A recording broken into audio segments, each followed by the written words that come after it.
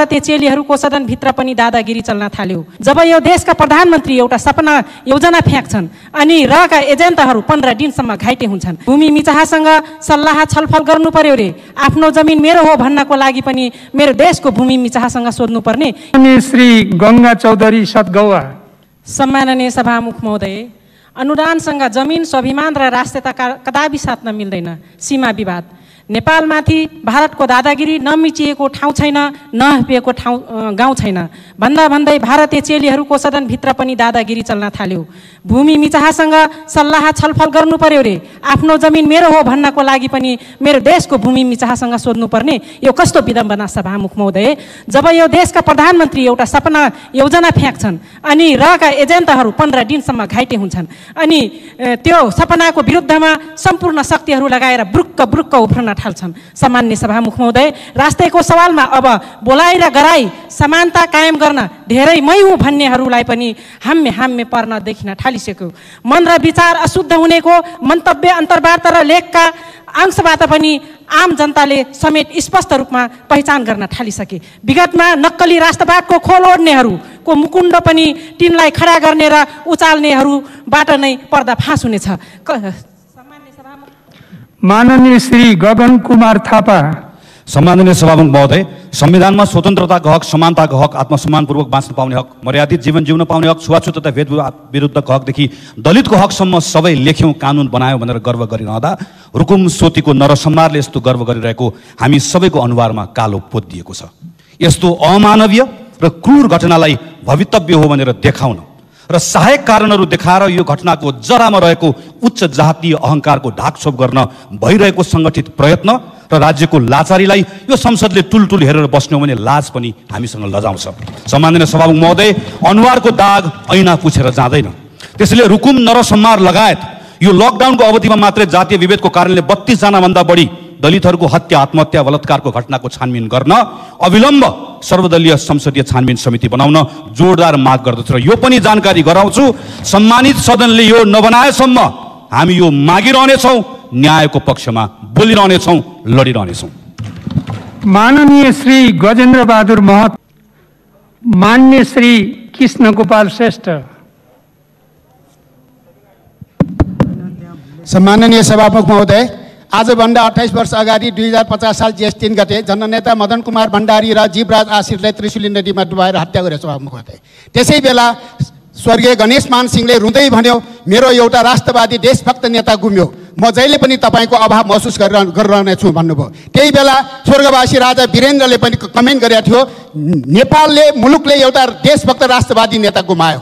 आज त्यस्तो भन्ने राजाको आज वीरेन्द्रको हत्या भएको दिन जेठ 19 गते हो सभामुख महोदय र यही दिनमा त्यो कत्लेआम दरबार हत्या भएको थियो र दरबार हत्या र दासढुङ्गा हत्या एउटै ठाउँबाट एउटै यसको सूत्रधार र यसको चाहिँ योजना कार्य एकै ठाउँमा छ भन्ने चलन छ। त्यसैले यो गम्भीर विषय हो। यसैले गर्दाखेरि सभामुख महोदय, म भन्न चाहन्छु, यो राष्ट्रियता पेचिलो भइरहेको बेलामा यो देशको नेतृत्व सम्माननीय प्रधानमन्त्रीले केपी शर्मा ओलीजीले गरिरहनु भएको छ। उहाँको नेतृत्व दीर्घकालीन लामो समय नेतृत्व खाँचो छ। उहाँको नेतृत्वमा देश बच्नुपर्ने छ, उहाँकै नेतृत्वमा सीमा समाधान हुनुपर्ने छ। त्यसको लागि उहाँ धेरै समय बाँच्नुपर्ने। माननीय श्री कृष्ण प्रसाद दाहाल। माननीय सदस्यहरू, प्रतिनिधि सभाको आजको बैठकको कारबाही प्रारम्भ हुन्छ। माननीय सदस्यहरू उठ्नुभयो कि विषय छ कि? माननीय श्री मानबहादुर विश्वकर्मा, समय 3 मिनट। सम्माननीय सभामुख महोदय, दक्षिण अफ्रिकामा जब रङ्गभेद नीति विरुद्ध आन्दोलन चलिराखेको थियो, त्यसबेला सन् 1965 मा आन्दोलनको क्रममा भेला भएका 69 जना चाहिँ कालाहरूलाई चाहिँ हत्या गरिएको थियो। त्यस घटनापछि संयुक्त राष्ट्रसङ्घले सबै प्रकारका जातीय विभेद उन्मूलन गर्ने घोषणा गर्यो र नेपाल संयुक्त राष्ट्रसङ्घको उक्त घोषणा मान्ने एक सदस्य राष्ट्रका रूपमा हो र प्रत्येक वर्ष मार्च 21 मा सबै प्रकारका जातीय विभेद उन्मूलन दिवस मनाइराखेको छ। जाजरकोटमा का नवराज विक र रुकुमकी मल्लथरकी केटीको 1.5 वर्षदेखि प्रेम चलिराखेको थियो। केटो पहिले लिन आएको, तर उमेर नपुगेका कारणले उमेर पुगिसकेपछि मात्र विवाह गर्ने भन्ने प्रहरीमा लिखित त्यहाँ मौजुद छ। केटी नवराज थर भएको नवराजका घरमा 3-4 दिन गएर बसेकी। अन्तर्जातीय विवाहका कारण, अन्तर्जातीयताका कारण केटी पक्षले अन्त्य विवाह गरिदिने चाहिँ व्यवस्था गरेका कारणले केटीले केटालाई मलाई लिन आऊ भनेर चाहिँ खबर पठाएको। तर केटी पक्ष र केटा पक्षको समझदारी अनुसार उनीहरूलाई जेठ 10 गते केटी पक्षबाट थोरै आऊ र बेलुका आऊ भनेर चाहिँ निमन्त्रणा गरियो, उनलाई बोलाइयो। त्यसपछि तिनीहरू चाहिँ त्यहाँ चाहिँ लगभग 4:30-5 बजे पुगिसकेपछि उनलाई काफल खेलाउने न्युमा चाहिँ उनलाई अल्मलाइयो। त्यसपछि 300 जना चाहिँ जनताहरू त्यहाँका चाहिँ भनेको केटी पक्षका मान्छेहरूले चाहिँ कोदालो, बन्चहरू, हँसिया आदि लिएर तिनलाई घेरे र त्यसपछि तिनीहरूलाई घेरेर पिटी मारेर चाहिँ खोलामा चाहिँ बगाइदिने काम गरे। उक्त घटनामा 6 जनाको चाहिँ मृत्यु भएको छ। यो दक्षिण अफ्रिकाको घटना पछिको ठुलो घटना हो। गृहमन्त्रीजीले चाहिँ तिनीहरू चाहिँ हाम फाले भनेर भन्नुभएको छ। वास्तवमा पोस्टमार्टम गर्दाखेरिमा ती चाहिँ मृतकका चाहिँ पेटबाट चाहिँ पानी आएको छैन। मान्छे हाम फालेपछि सबैभन्दा पहिले पानी पिउँछ, तर तिनीहरूको पोस्टमार्टम गर्दा पेटबाट पानी नआउनुको कारण के हो त भन्दामा तिनीहरूलाई मारेर चाहिँ फालिएको थियो। त्यस्तै कसैलाई चाहिँ डोरी बाँधेर र खोलामा फालिएको चाहिँ घटना चाहिँ यो छ। र यति ठुलो घटना घटिसकेपछि अहिलेको चाहिँ जुन चाहिँ गृहमन्त्रीले जुन गठन गर्नुभएको छ, साधारण कर्मचारीको अध्यक्षतामा जुन चाहिँ छानबिन समिति गठन भएको छ, त्यो छानबिन समितिले न्याय दिन सक्दैन र समितिले मान्य चाहिँ हाम्रो समितिलाई हामीलाई मान्यता पनि छैन। यस हत्याकाण्डलाई फितलो बनाउनका लागि जाजरकोटमा आर्थिक चलन चाहिँ भइराखेको पनि हामीले चाहिँ रिपोर्ट पाइराखेका छौँ सरकारको पक्षबाट, सत्ता पक्षको पक्षबाट। यस घटनाका पछि संयुक्त राष्ट्रसङ्घको ध्यानाकर्षण पनि भएको छ र उसले निष्पक्ष समिति गठन गर्नका लागि माग पनि गरेको छ भने नेपाली कांग्रेसले त्यो घटनाको निन्दा गर्दै एक संसदीय समितिको पनि माग गरेको कारण आज हामी चाहिँ त्यो मागलाई लिएर यहाँ उपस्थित भएका छौँ।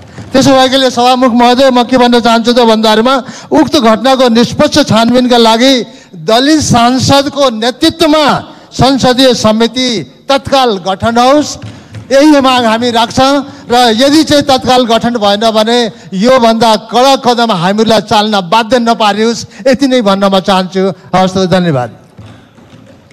माननीय श्री टेकबहादुर बस्नेत, समय 3 मिनट। सम्माननीय सभामुख महोदय, समयका लागि धन्यवाद दिन चाहन्छु। मानिसलाई बाँच्नुको कति व्यवस्था छ, कति बाध्यता छ। भर्खरै भारतबाट आफ्नो मजदुरी गर्ने सिलसिलामा नेपाल आउँदै गरेका सल्यानका केही मजदुरहरू जो एउटा हाइसमा सामान्य सवारी नियमअनुसार पनि अहिले चाहिँ अब 30-32 जना मानिसहरू चाहिँ अटाउँदैनन्, राख्न पाइँदैन। तर बाँच्नुको व्यवस्थाका कारण अहिले त्यो बाँकेको अगैया भन्ने ठाउँमा रोकिएको हाइस गाडीमा एउटा ट्रकबाट ठोकिएर करिब 11 जनाको घटनास्थलमै र बाँकी 1 जनाको अस्पतालमा उपचार गर्दा गर्दै 12 जनाको ज्यान गएको छ। यसरी भारतबाट बाँके नेपालगञ्ज हुँदै सल्यानतर्फ आइरहेको बाँकेको अगैयामा रोकिएको गाडीमा ट्रकले ठक्कर दिँदा 11 जनाको घटनास्थलमै र 1 जना हस्पिटलमा गरी 12 जनाको मृत्यु भएको छ। अरू सबै घाइते भएको यो अवस्थामा मृतकहरूप्रति हार्दिक श्रद्धाञ्जली व्यक्त गर्न चाहन्छु। घाइतेहरूको शीघ्र स्वास्थ्य लाभको कामना गर्न चाहन्छु र मृतकका परिवारजनमा हार्दिक संवेदना व्यक्त गर्न चाहन्छु। यो अवस्थामा ती घाइतेहरूलाई नेपालगञ्ज मेडिकल हस्पिटलमा लैजाँदै गर्दाखेरि त्यहाँ हस्पिटलले ग्रहण नगरेको कुरा उहाँ कहाँ चाहिँ जानकारीमा आएको छ। यो दुःखद कुरा हो। यो अमानवीयता देखाउनु भएन। त्यसो भएको हुनाले म यो नेपाल सरकारप्रति ध्यानाकर्षण गर्न चाहन्छु कि बाँकी घाइतेहरूको उपचारका लागि नेपाल सरकारले त्यो खालको शीघ्र पहल गरोस् र यो परिस्थिति निकै असहज छ भन्ने कुरा हामीलाई सबैलाई थाहा छ। तैपनि यस्तो अवस्थामा मानवीयता देखाउनु हामी सबैको कर्तव्य हो। यसका निम्ति नेपाल सरकारको गम्भीर ध्यान आकर्षण गर्न चाहन्छु। धन्यवाद। मान्य सदस्यहरू, शून्य समयको कार्यक्रम प्रारम्भ हुन्छ। शून्य समयमा बोल्न चाहनुहुने मान्य सदस्यहरूको लागि 1 मिनेटको समय निर्धारण गरिएको छ। निर्धारित समयभित्र मान्य सदस्यहरूले आफ्नो भनाइ राख्न हुन अनुरोध गर्दछु। सर्वप्रथम अतहर कमाल, मान्य श्री अतहर कमाल मुसलमान। सम्माननीय सभामुख महोदय, अहिले लिम्पियाधुरा कालापानी लिपु लेकको विषय अत्यन्त गम्भीरताका साथ उठेको छ। विगतको सरकारले दार्चुलाबाट तिङ्कर नाकासम्म 134 किलोमिटर ट्र्याक खोल्ने बजेटहरू विनियोजन गरेको थियो र त्यसमध्ये 47 किलोमिटरको खण्ड ट्र्याक खोलिसकेको अवस्था छ भने विगत 3 वर्षदेखि बाँकी रहेको 87 किलोमिटरको ट्र्याक खोल्ने काम भएको छैन। त्यसैले हामीले नक्सा मात्रै जारी गरेर हुँदैन, भूमाथिको स्वामित्व ग्रहण गर्नको लागि अहिले जसरी सरकारले त्यहाँ सेनाको उपस्थिति गराएको छ भने बजेटको पनि व्यवस्था गर्नुपर्छ र भूमाथिको स्वामित्व हामीले ग्रहण गर्यौँ भने बल्ल त्यो भूभाग हाम्रो हुनेछ। र अन्य कुराहरूको हकमा जसरी सदनभित्र एउटा प्रस्ताव आइसकेको छ, सदन एक ठाउँमा उभिएको छ, कूटनैतिक माध्यमले त्यो भूमिलाई फिर्ता लिनको लागि सरकारले पहल गर्नुपर्छ। दुई देशका बीचमा वार्ताहरू अगाडि बढाउनुपर्छ। तर त्यसका साथसाथै जुन बजेट व्यवस्थापनको काम छ त्यो तत्काल बजेट व्यवस्थापन। माननीय श्री अभिषेक प्रताप शाह। सम्माननीय सभामुख महोदय, यो नयाँ एउटा विषय सामाजिक सञ्जालमा मैले चाहिँ देखिरहेको छु। 20 मई 2020 में जिन्हुआ कल्चर एंड ट्राभल्स जुन कि एउटा अफिसियल पेज हो चाइना को, त्यसले चाहिँ के देखाउँछ भने माउन्ट एभरेस्ट अथवा चाहिँ सगरमाथा उनीहरूको भाषामा माउन्ट कोमोलाङमा त्यसलाई चाहिँ त्यहाँ चाहिँ सर्वे टिम पठाएको छ सभामुख महोदय। त्यो सर्वे टिम नेपालसित परामर्श, नेपालसित सल्लाह गरेर पठाएको हो कि भोलि फेरि चाहिँ तपाईको 27 मई में देखाउँछ, उसको अफिसियल चाइना जिन्हुआ न्यूजले देखाउँछ कि त्यहाँ चाहिँ चाइनिजहरू गएर चाहिँ 5G टावर पनि लगाएका रहेछन्। सम्माननीय सभामुख महोदय, यो एउटा म्युचुअल डिसिजनबाट चाहिँ मात्रै नेपाल र चाइनाको डिसिजन भइसकेपछि मात्रै यसलाई सर्वे टिम त्यहाँ पठाउनु पर्ने मेरो चाहिँ यो धारणा हो। र भोलि गएर चीनले यस्तो नभनोस् कि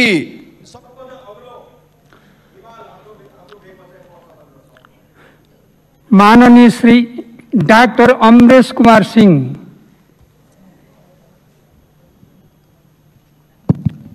सम्माननीय सभामुख महोदय, हामी कस्ता लोकतन्त्रको एक्सरसाइज गरिराखेका छौँ र यो लोकतन्त्रको मन्दिरमा मैले त्यो प्रश्न उठाउन चाहन्छु कि हामी ठुल्ठुलो हेर्ने हो कि म सन्दर्भ जोड्न चाहेको कि विपद व्यवस्थापनको काम गृह मन्त्रालय ऐनले निर्धारित गरेको छ, नेपाली सेनालाई गरेको होइन, रक्षा मन्त्रालयले गरेको होइन।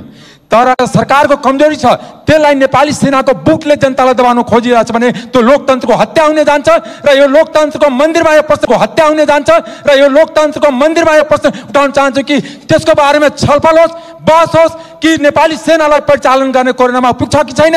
दुनियाँको कुनै पनि मुलुकमा सेना परिचालन गरिएको छैन कोरोनामा। माननीय श्री अमृता देवी अग्रहरी।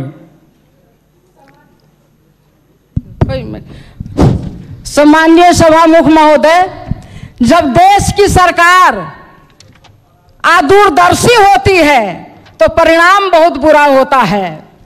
आज दुर्भाग्य है, कपिलवस्तु, वीरगंज लगायत सरलाही रोहताहाट जिला कोरोना महामारी को लेकर जो है दिन प्रतिदिन वृद्धि होता जा रहा है, उच्च जोखिम में है सभामुख महोदय। किंतु देश की सरकार वहां मौन है, वहां पे आइसोलेशन का व्यवस्था नहीं है। आइसोलेशन वार्ड कपिलवस्तु में बहुत मुश्किल से एक छोटा जगह पे वहां तय किया गया है, वहां भी लोगों की शिकायत है, लोग परेशान हैं। ना खाने का व्यवस्था है, ना समय पे डॉक्टर जा रहा है, ना टॉयलेट बाथरूम का व्यवस्था है। एक टॉयलेट बाथरूम को सैकड़ों लोग जो है वहां उपयोग कर रहे हैं।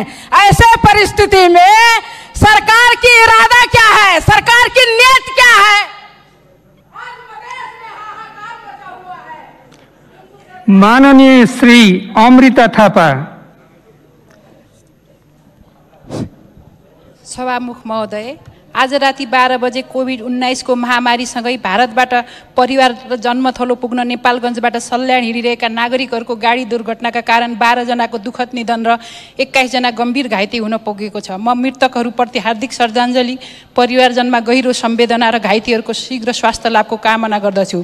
यही सन्दर्भमा भर्खरै नेपाल सरकारले विदेशमा रहेका नेपालीलाई भित्र्याउने निर्णयको स्वागत गर्दै क्वारेन्टाइनमा मृत्यु हुनु, चेक जाँच नभई घर पुग्नु, हस्पिटलबाट डिस्चार्ज भएको सुत्केरी फेरि हस्पिटलमा नपुग्दै मृत्यु हुनु जस्ता समाचारले कोभिड-19 को महामारीसँग जुझ्ने योजना अझ चुस्त दुरुस्त, अत्यावश्यक सामरिकको जुहो तथा उच्च सतर्कता मात्र नभई परिमार्जित व्यवस्थापनको माग गरेको छ।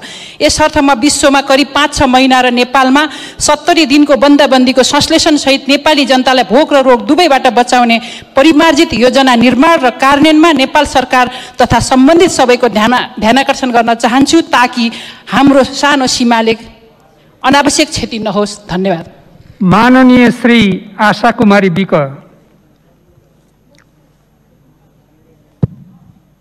सम्माननीय सभामुख महोदय, आशा गर्दछु न्याय हराएको छैन।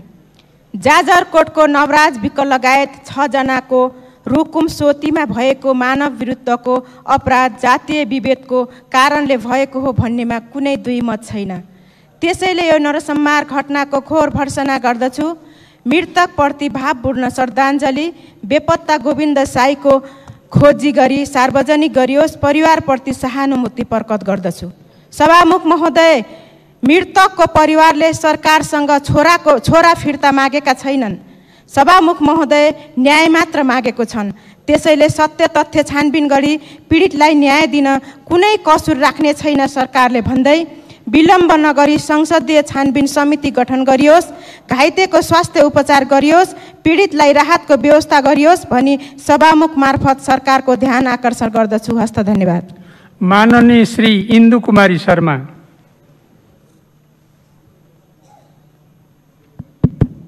सम्माननीय सभामुख महोदय, जाजरकोट भेरी नपाका नवराज विक र रुकुम पश्चिमकी सुषमा मल्ल बीचको प्रेम विवाह पूर्व नै ठुलो हत्याकाण्डमा बदलिएको छ।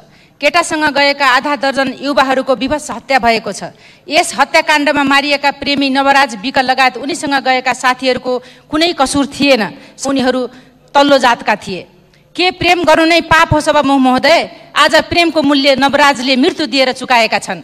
यस हत्याकाण्डले समाजवादी भनिएको हाम्रो संविधान र हाम्रा समाजमा रहेका सामन्ती जातीय संस्कार बीचको अन्तर्विरोधलाई छत्ताछुल्ल गरिदिएको छ। माओवादी जनयुद्धको केन्द्र मानिएको उक्त ठाउँ घटेको यस प्रकारको घटनाले यो प्रमाणित गरेको छ कि संविधानमा समाजवाद लेखे पनि सोच, चिन्तन र संस्कारमा सामन्ती अहङ्कारको जड समाजमा बलियो गरी गाडिएको छ। सभामुख महोदय, यस हत्याकाण्डबाट सम्पूर्ण नेपालीको शिर झुकेको मैले महसुस गरेकी छु।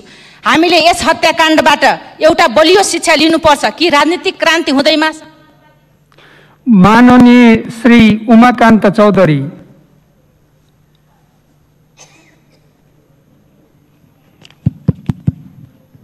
सम्माननीय सभामुख महोदय, मधेसमा जति पनि क्वारेन्टाइन छ WHO को मापदण्ड विपरीत छ। WHO को मापदण्ड अनुसार व्यवस्थापन गर्नका लागि केन्द्रीय, प्रदेश र स्थानीय तीनै तहको सरकारको समन्वयमा व्यवस्थापन कार्य अघि बढाउनको लागि जोरदार माग गर्दछु। अव्यवस्थित र मापदण्ड विपरीत क्वारेन्टाइनकै कारणले कोरोनाको संक्रमण उत्पादन गर्ने थलोको रूपमा देखिन थालेको छ। क्वारेन्टाइनलाई व्यवस्थित बनाउन र PCR परीक्षणको दायरा तत्काल बढाउन अहिलेको आवश्यकता हो। राहत, उद्धार र परीक्षण तीनवटै पक्षलाई ध्यान नदिने हो भने नेपालमा कोरोनाको संक्रमणको साथै रोग र भोकले पीडित हुनेको संख्या अवश्य बढ्छ।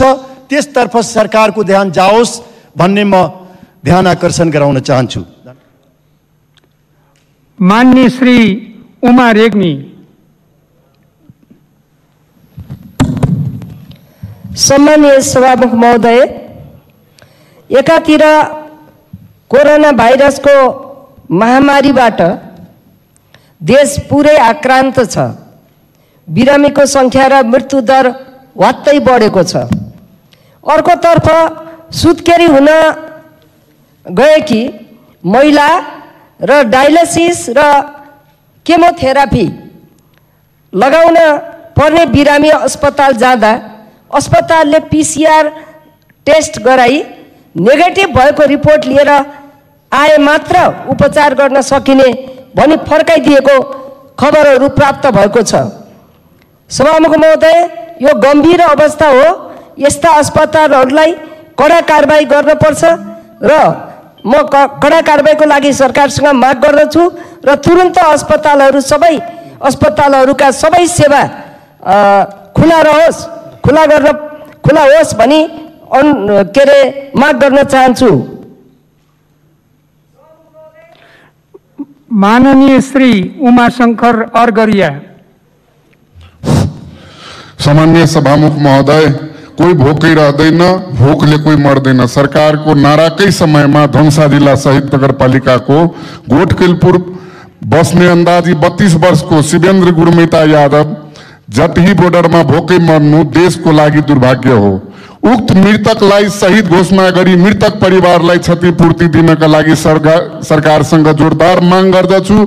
साथै धनुषा जिल्लाको जटही र खुजुरी नाका बन्द गरिएकोमा सरकारको यस निर्णयलाई सच्याई उक्त नाका अविलम्ब खोली नेपालीहरूलाई स्वदेश ल्याउन र सहजीकरण गर्न सरकारसँग जोरदार माग गर्दछु। धन्यवाद। माननीय श्री कमला रोका। सम्माननीय सभामुख महोदय, यही जेठ 10 गतेका दिन नवराज विक र सुषमा मल्ल बीचको प्रेम सम्बन्धबाट उत्पन्न भएको रुकुम पश्चिम चौरजारीको कहाली लाग्दो हृदय विदारक मानवता विरोधी जो प्रकाष्ठको रूपमा घटित घटनाको जति निन्दा गरे पनि कमै हुन्छ। 21औं शताब्दीको युगमा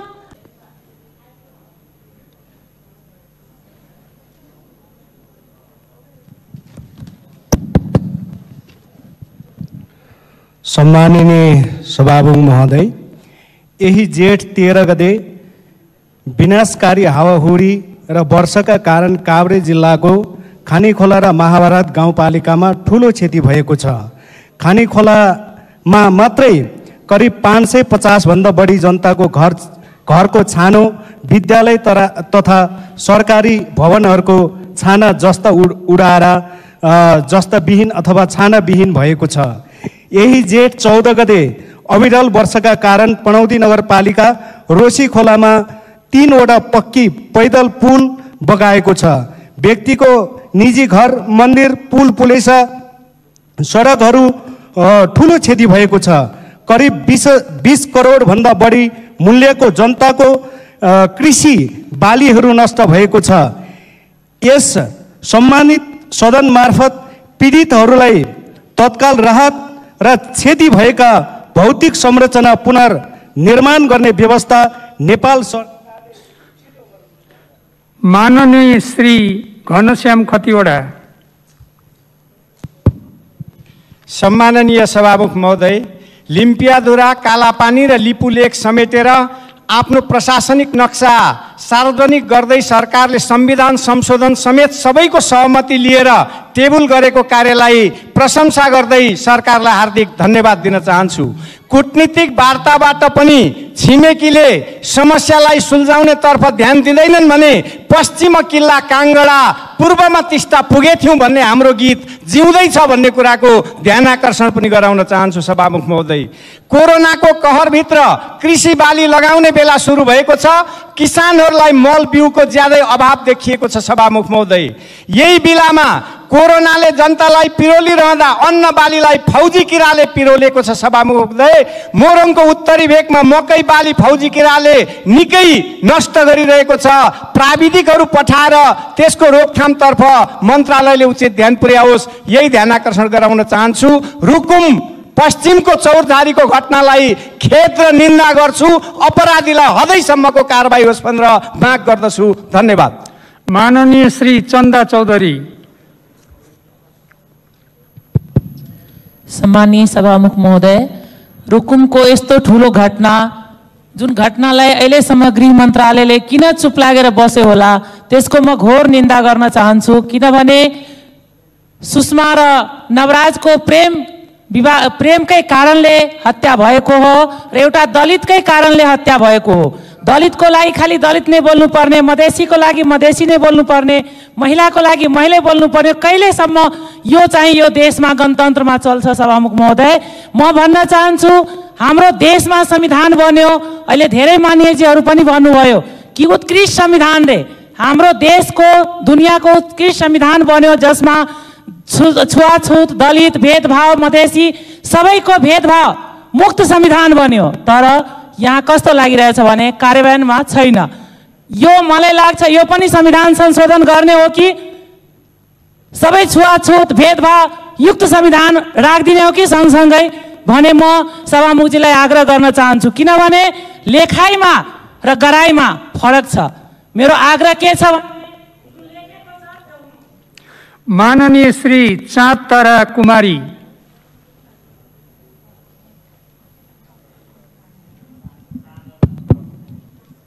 सम्माननीय सभामुख महोदय, जमातमा जानुभएका मुस्लिम समुदायका धर्मगुरुहरूलाई भारतका विभिन्न सहरमा कोरोना फैलाएको भन्दै जेलमा राख्ने र क्वारेन्टाइनको नाममा राख्ने कार्यहरू भइरहेको छ। पर्सा जिल्ला वडा नम्बर 2 का 8 जनालाई हरियाणा सेन्ट्रल जेलमा, रौतहट 12 लगायत 13 जना विद्यार्थीहरूलाई दिल्ली नुरैनाको एक अपार्टमेन्टमा 65 दिनदेखि कोरोना टेस्ट नेगेटिभ हुँदाहुँदै पनि राखिएको छ। नागरिकता खोसी कागजातमा साइन गराई अब जान पाउँछौ भन्ने आश्वासन दिँदै राखिएको छ तर मुद्दा चलाउने तयारी भएको देखिन्छ। दिल्लीमा हाम्रो नेपालको एम्बेसडरको कुनै भूमिका देखिएको छैन। कोरोना भारतबाट नेपाल भित्रिँदैछ तर उल्टै नेपालीले फैलाएको भन्दै आरोप लगाइएको छ। के भारतमा धार्मिक कामको लागि जानु अपराध हो? नेपालमा कोरोना नै नहुँदा गएको उनीहरूले कसरी कोरोना फैलाए? यहाँ गम्भीर प्रश्न छ। यहाँ नियत ठिक देखिँदैन। के भारत जाँदा सोधेर जाने हो? यसर्थ दिल्लीको हाम्रो एम्बेसीलाई कडा निर्देशन दिँदै उच्च पहल गर्नको लागि जोरदार माग गर्न चाहन्छु र जुन रुकुमको घटना छ त्यसको म घोर भर्त्सना गर्दै दोषीलाई कारबाही गर्नको लागि माग गर्न चाहन्छु। धन्यवाद। माननीय श्री चित्रलेखा यादव।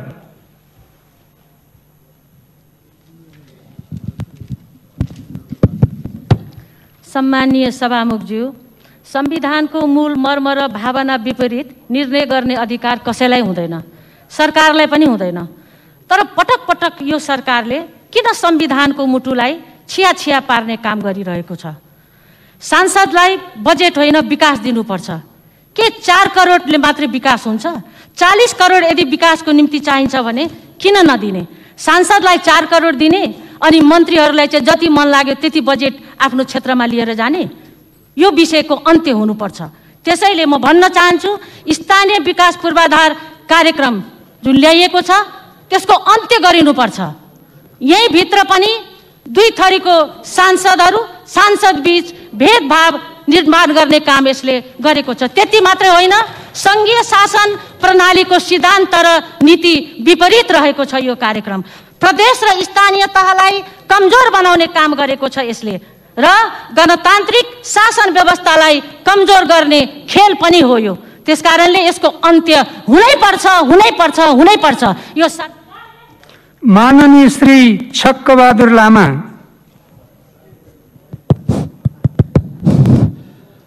सम्माननीय सभामुख महोदय, नेपालको 77 जिल्ला मध्ये सडक सञ्जालले नछोएको एकमात्र जिल्ला हुम्ला भएको कुरा सबैलाई थाहा नै छ। त्यसैले हवाई मार्ग त्यहाँको एकमात्र यातायातको विकल्प हो। तर कोरोना महामारीका कारण हवाईजहाज चढ्नु पूर्व यात्रुले PCR गर्नुपर्ने अनिवार्य शर्त छ। PCR गरेन भने पाइलटले यात्रुलाई बोक्न मान्दैन। PCR भने सर्वसुलभ छैन। त्यसकारणले अस्ति मैले चाहिँ बौद्धमा मेरो अनुरोधमा कर्णाली स्वास्थ्य विज्ञान प्रतिष्ठानको डाक्टर के भन्छ हाम्रो त्यहाँको डाइरेक्टर डाक्टर मङ्गल रावललाई अनुरोध गरेर टोली लिएर मैले चाहिँ त्यहाँ बस्ने मान्छे हाम्रो कर्णाली के भन्छ हुम्लाको मान्छेहरूलाई मैले स्वास्थ्य परीक्षण त्यहाँ गर्न खोजेँ। PCR त्यहाँ 465 जनाले गर्न पाए। त्यति मात्रै पुग्दो छैन हजुर। अत लामो समयदेखि